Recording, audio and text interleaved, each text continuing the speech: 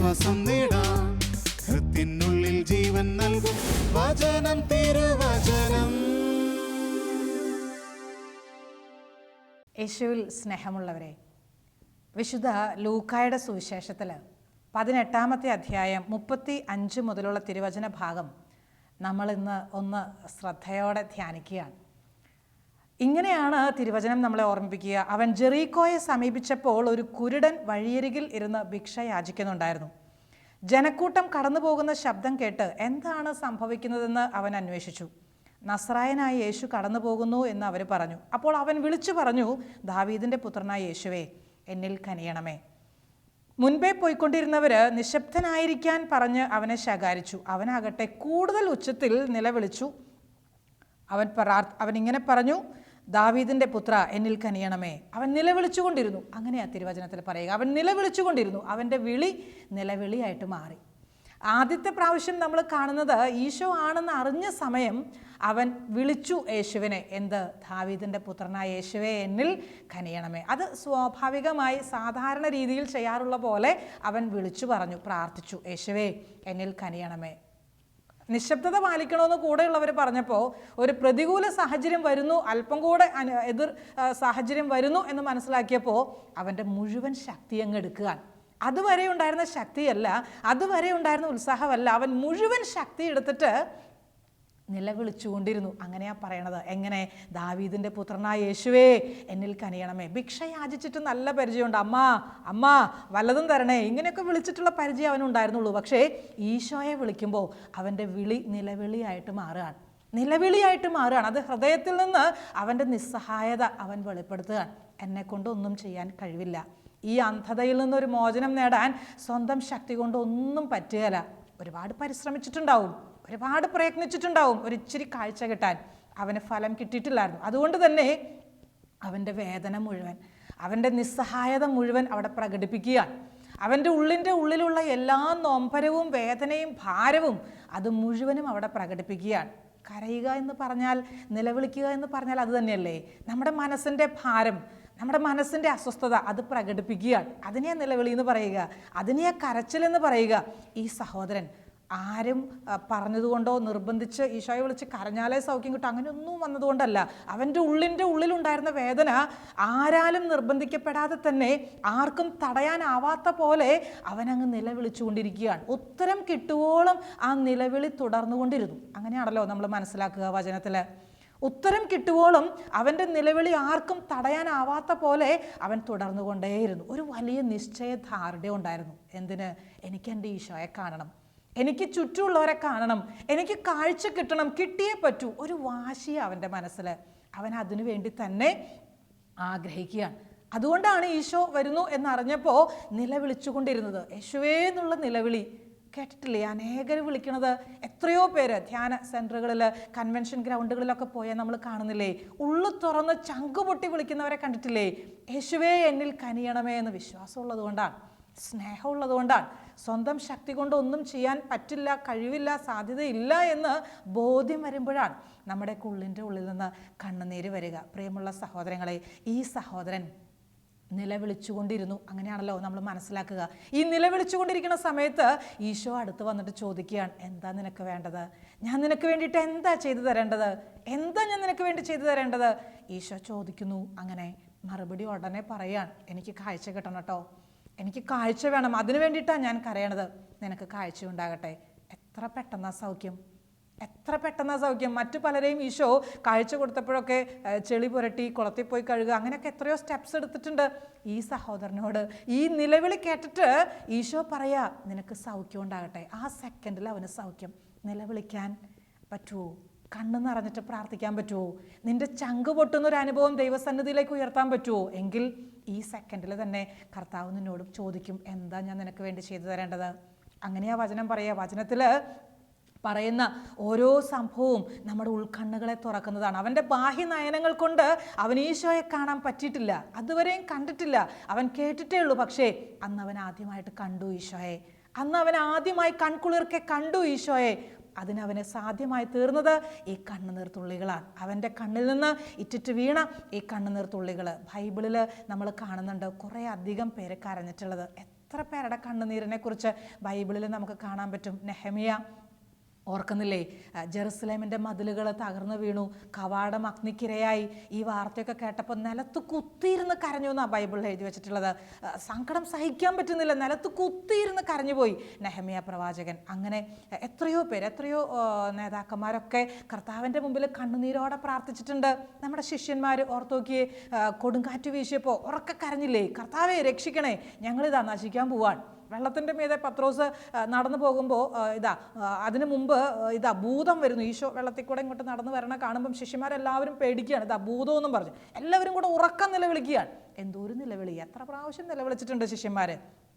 ഓർത്ത് നോക്കിയേ, ബൈബിളിൽ ഒരുപാട് പേര് നിലവിളിച്ചിട്ടുണ്ട്. ഒരുപാട് പേര് യുദ്ധത്തിൻ്റെ സമയത്ത് ഒരു സഹായത്തിന് വേണ്ടി, ഒരു രക്ഷയ്ക്ക് വേണ്ടി, ഒരു ആശ്വാസത്തിന് വേണ്ടി, രോഗസൗഖ്യത്തിന് വേണ്ടി, മരണത്തിൻ്റെ സമയത്ത്, അങ്ങനെയൊക്കെ എത്രയോ എത്രയോ അവസരങ്ങളിൽ നിലവിളിച്ചവരെക്കുറിച്ച് ബൈബിളിൽ രേഖപ്പെടുത്തി വെച്ചിട്ടുണ്ട്. പ്രിയമുള്ള സഹോദരങ്ങളെ, കണ്ണുനീര് അത്ഭുതങ്ങളുടെ വാതായനം തുറക്കാനുള്ള താക്കോലാണ്. സത്യമല്ലേ? കണ്ണുനീര് അത്ഭുതങ്ങളുടെ വാതായനം തുറക്കാനുള്ള താക്കോലാണ്. ദൈവത്തിൻ്റെ കരങ്ങൾ പ്രവർത്തിക്കുന്ന കാണാൻ നിൻ്റെ ജീവിതത്തിന് ഭാഗ്യം കിട്ടുന്നത് ഈ കണ്ണുനീർ തുള്ളികൾ അവിടുത്തെ സന്നദ്ധിയിലേക്ക് നീ ഉയർത്തുമ്പം അതിന് എളുപ്പം സാധ്യതയുണ്ട്. കരയുക എന്നൊക്കെ പറഞ്ഞാൽ ചിലപ്പം നമുക്ക് തോന്നും, എന്നാത്തിന് ഈ കരയുന്നത്, അത് ഒരു നാണക്കേട്. ഇല്ല കേട്ടോ. ഈശോയുടെ സന്നിധിയിൽ കരഞ്ഞ 2 സഹോദരിമാരെ ഓർക്കുന്നില്ലേ? മർത്തായും മറിയവും. അവർ കരഞ്ഞില്ലേ? എന്തോരം കരഞ്ഞു അവർ. അവരുടെ കണ്ണുനീര് ഈശോ കളിയാക്കിയോ? അവരെ പരിഹസിച്ചുവോ? അവരോട് കരയണ്ടെന്ന് പറഞ്ഞോ? ഒന്നും പറഞ്ഞില്ല. ഈശോ അവരുടെ കൂടെ നിന്ന് കരഞ്ഞു. പ്രിയമുള്ള സഹോദരങ്ങളെ, കണ്ണുനീര് ദൈവത്തിൻ്റെ സന്നിധിയിൽ സ്വീകാര്യമാണ്. അത് പരിശുദ്ധമാണെങ്കിൽ, നിഷ്കളങ്കമായ നീതിയുള്ള കണ്ണുനീർ തുള്ളികളാണെങ്കിൽ അത് അവൻ്റെ ചങ്കിൽ തന്നെയാണ് വീഴുക. അതുകൊണ്ട് തന്നെ ഉത്തരം എളുപ്പമാണ്. കരയുമ്പോൾ നമ്മുടെ നിസ്സഹായത നമ്മൾ പ്രകടിപ്പിക്കുന്നു, അതോടൊപ്പം ദൈവത്തിലുള്ള വിശ്വാസവും നമ്മൾ പ്രഖ്യാപിക്കുകയാണ്. ദൈവത്തിന് എൻ്റെ ഈ കാര്യത്തിൽ ഇടപെടാൻ പറ്റും, വേറെ ആർക്കും സാധിക്കില്ല, ദൈവത്തിന് മാത്രമേ കഴിയൂ. ആ വിശ്വാസം നമ്മൾ പ്രകടിപ്പിക്കുക ചെയ്യുക. ദൈവത്തിൻ്റെ ശക്തിയിലും ദൈവത്തിൻ്റെ പ്രാഭവത്തിലൊക്കെയുള്ള നമ്മുടെ ശരണം, ആശ്രയത്വം അത് നമ്മൾ പ്രഖ്യാപിക്കുകയാണ്. നമ്മുടെ മനസ്സിൻ്റെ അസ്വസ്ഥത നമ്മൾ പ്രകടിപ്പിക്കുകയാണ്.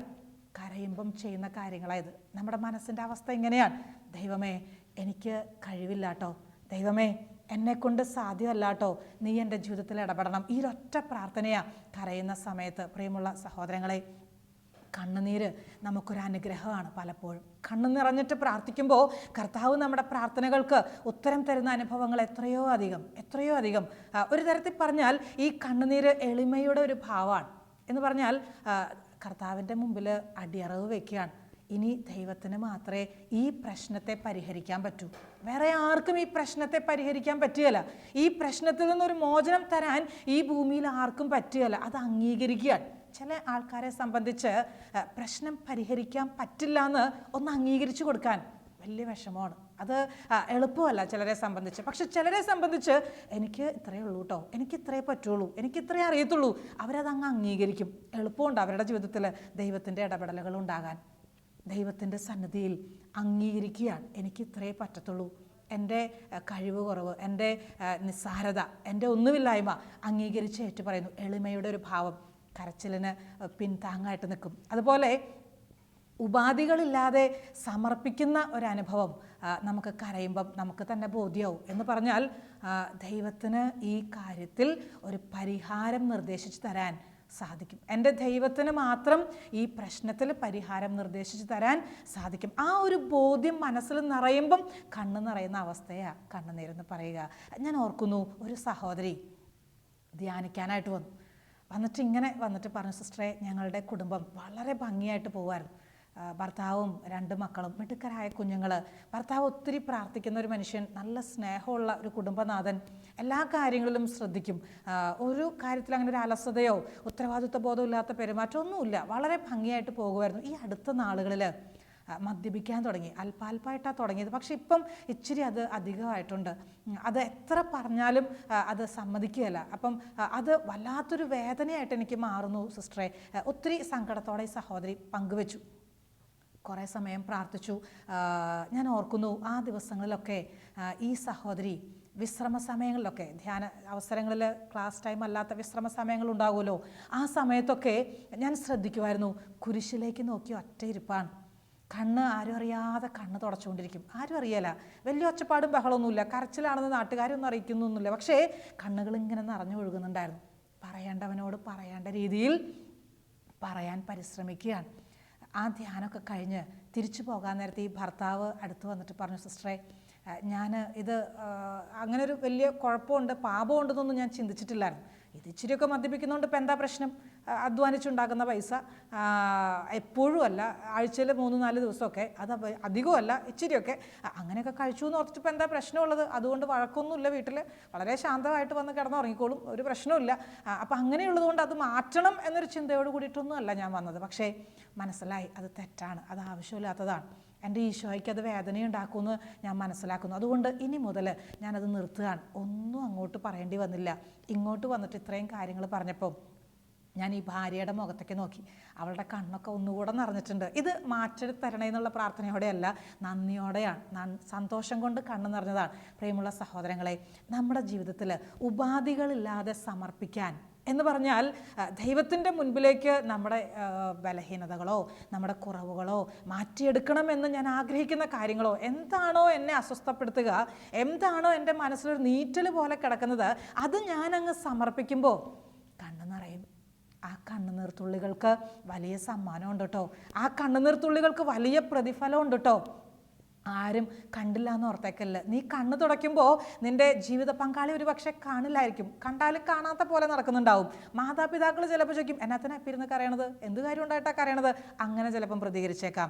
ചിലപ്പം കൂട്ടുകാർ, അത് എപ്പോഴും അങ്ങനെ ഒരു കേസാണ്, അത് കരയാനേ അറിയത്തുള്ളൂ, അങ്ങനെ പറഞ്ഞ് ചിലപ്പം നമ്മളെ തള്ളിക്കളഞ്ഞേക്കാം. മറ്റുള്ളവരുടെ പ്രതികരണമൊന്നും നമുക്ക് വിഷയമല്ല. നമ്മുടെ കർത്താവിൻ്റെ മുൻപിൽ വന്നിട്ട് കണ്ണ് നിറഞ്ഞിട്ട്, ദാവീദിൻ്റെ പുത്രനായ യേശുവേ എന്നിൽ കനിയണേന്ന് പറഞ്ഞ് പ്രാർത്ഥിക്കാൻ ആകുന്നുവെങ്കിൽ ജീവിതത്തിൽ അനുഗ്രഹങ്ങളുടെ വാതായനം നീ തുറന്നു കൊടുക്കുകയാണ്. അത്ഭുതങ്ങളുടെ കലവറയിലേക്ക് നീ പ്രവേശിക്കുകയാണ്. കരഞ്ഞ് പ്രാർത്ഥിക്കാൻ നിനക്ക് സാധിക്കുമ്പോൾ, കരയാൻ സാധിക്കുമ്പോൾ.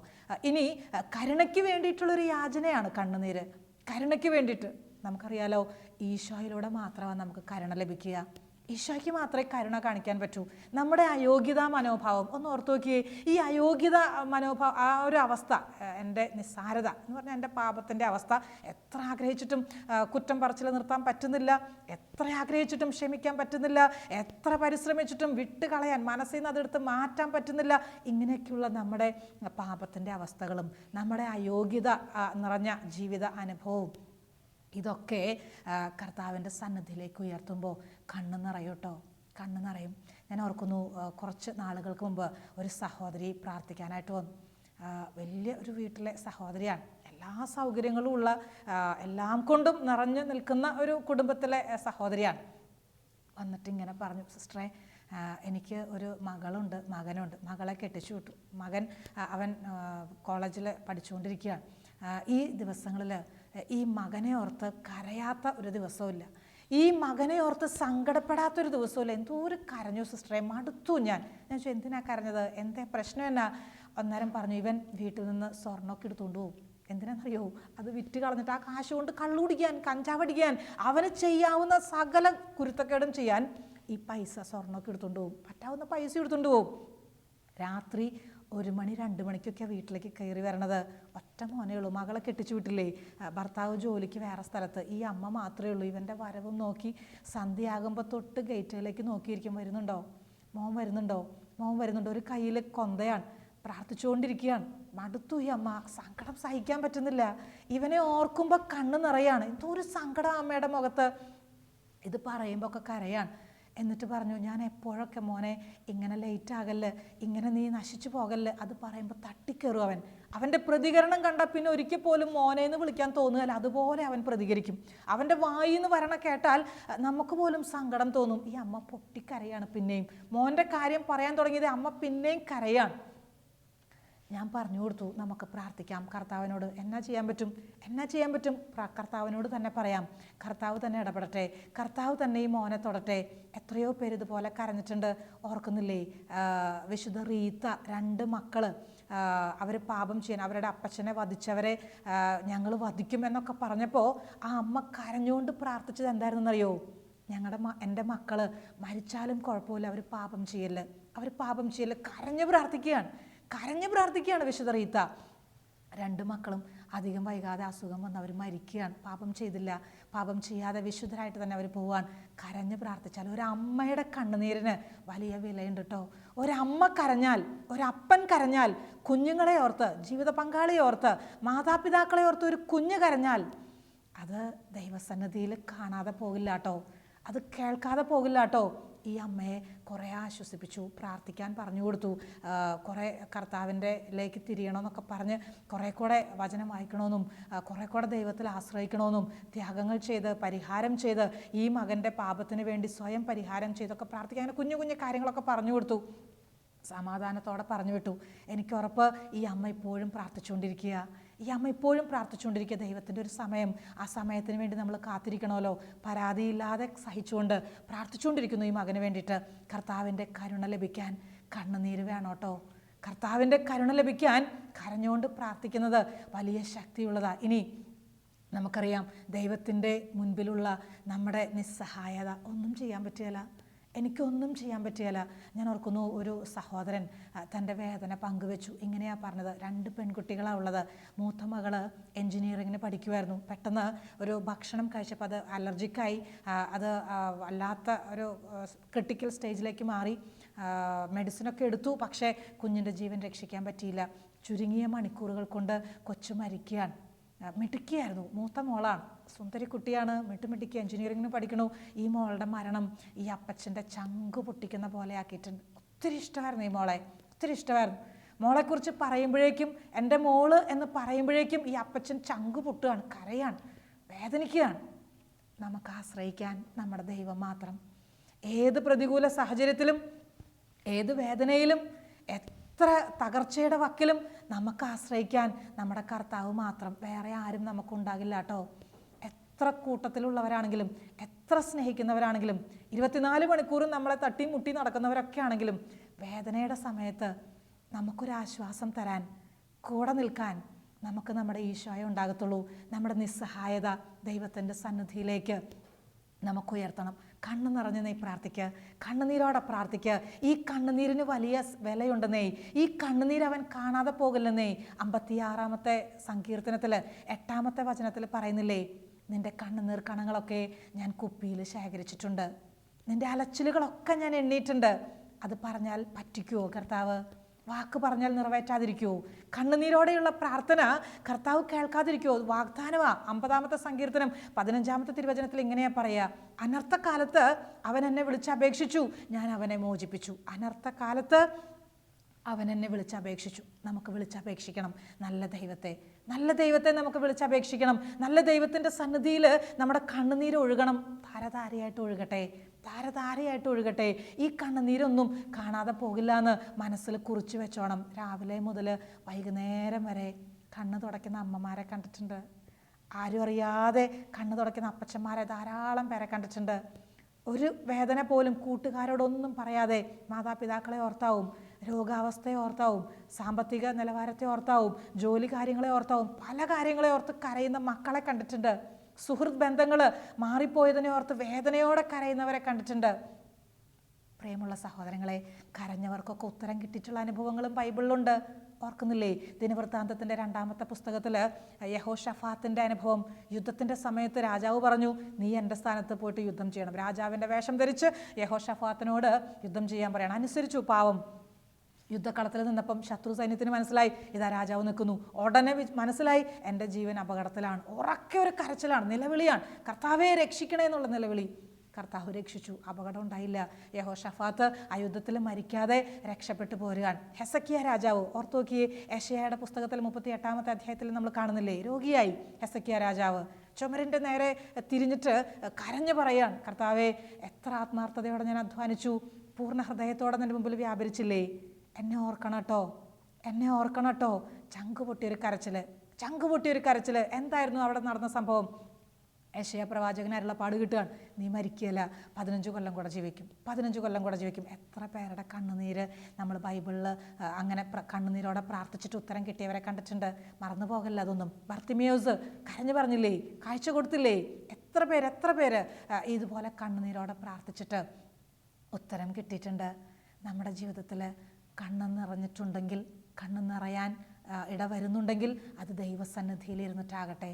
മനുഷ്യരുടെ മുമ്പിൽ കരഞ്ഞാലും ദൈവത്തിൻ്റെ മുമ്പിൽ കരയാൻ ഭാഗ്യം കിട്ടട്ടെ. എൻ്റെ ദൈവമേന്ന് വിളിച്ച് കരയാൻ, എൻ്റെ കർത്താവേന്ന് വിളിച്ച് കരയാൻ, എന്നെ രക്ഷിക്കണേന്ന് വിളിച്ച് കരയാൻ.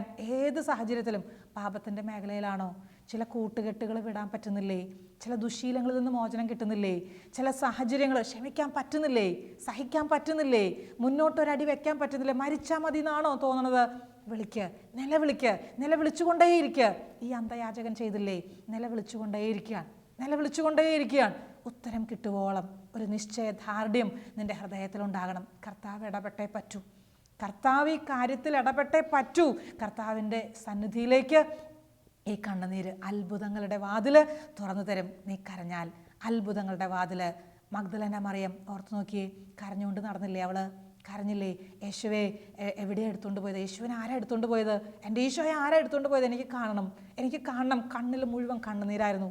ഈശോ മുമ്പിൽ വന്നിട്ട് മറിയമെന്ന് വിളിച്ചു. അപ്പോഴാണ് അവൾക്ക് തിരിയണത് ഇത് ഈശോയാന്ന്. അതുവരെയും കരഞ്ഞു. നമ്മുടെ കണ്ണുനീര് ഈശോയെ കാണാനാകട്ടെ. നമ്മൾ കണ്ണ് നിറയുന്നുണ്ടെങ്കിൽ, നമ്മുടെ കണ്ണുകളിൽ നിന്ന് കണ്ണുനീർത്തുള്ളികൾ ഇറ്റിറ്റ് വീഴുന്നുവെങ്കിൽ അത് ഈശോയെ കാണാനാകട്ടെ. മനുഷ്യരെ കാണാനല്ലാട്ടോ, ലോകത്തിൻ്റെ സന്തോഷം കിട്ടാനല്ലാട്ടോ, സമ്പത്ത് വർദ്ധിക്കാനല്ലാട്ടോ, വലിയ ഐശ്വര്യം നേടാനല്ലാട്ടോ. കണ്ണ് നിറയുന്നുവെങ്കിൽ അത് ഈശോയെ കാണാൻ, കണ്ണ് നിറയെ കാണാൻ. ആ ഒരു ഭാഗ്യത്തിന് വേണ്ടി നമുക്ക് പ്രാർത്ഥിക്കാം. നമ്മളോട് ഈശോ ചോദിക്കട്ടെ, ഞാൻ എന്താ നിനക്ക് വേണ്ടി ചെയ്തു തരേണ്ടത്? ഈ സമയം തന്നെ അവൻ ചോദിക്കുന്ന ചോദ്യം നമ്മുടെ കാതുകളിൽ പതിക്കും. നമുക്കൊരു നിമിഷം പ്രാർത്ഥിക്കാം. കർത്താവേ, നിൻ്റെ സന്നിധിയിൽ വേദനയുള്ള, പരാജയങ്ങളുള്ള, നൊമ്പരങ്ങളുള്ള ഈ ജീവിതത്തെ ഞാൻ കാഴ്ചവെക്കുന്നു. കരയാൻ അതിന് മാത്രമേ എനിക്കറിയൂ ഈശോയെ. കണ്ണുനീരൊഴുക്കാൻ മാത്രമേ എനിക്കറിയൂ ഈശോയെ. പ്രാർത്ഥനകൾക്ക് ഉത്തരം തരാൻ മനസ്സാകണമേ എന്ന് ഞാൻ അപേക്ഷിക്കുന്നു. അങ്ങയുടെ ഉത്തരം കിട്ടുവോളം ഞാൻ നിലവിളിച്ചു കൊണ്ടേയിരിക്കും. കർത്താവേ, രക്ഷിക്കണേ എന്ന്, കർത്താവേ കാണണേ എന്ന്, കേൾക്കണേ എന്ന്. അനുഗ്രഹിക്കണം ഈശോയെ. പരിശുദ്ധ അമ്മേ, ഞങ്ങളെ ബലപ്പെടുത്തണം, ഞങ്ങൾക്ക് വേണ്ടി പ്രാർത്ഥിക്കണം. നിത്യം പിതാവും പുത്രനും പരിശുദ്ധാത്മാവുമായ സർവേശ്വര എന്നേക്കും ആമേൻ.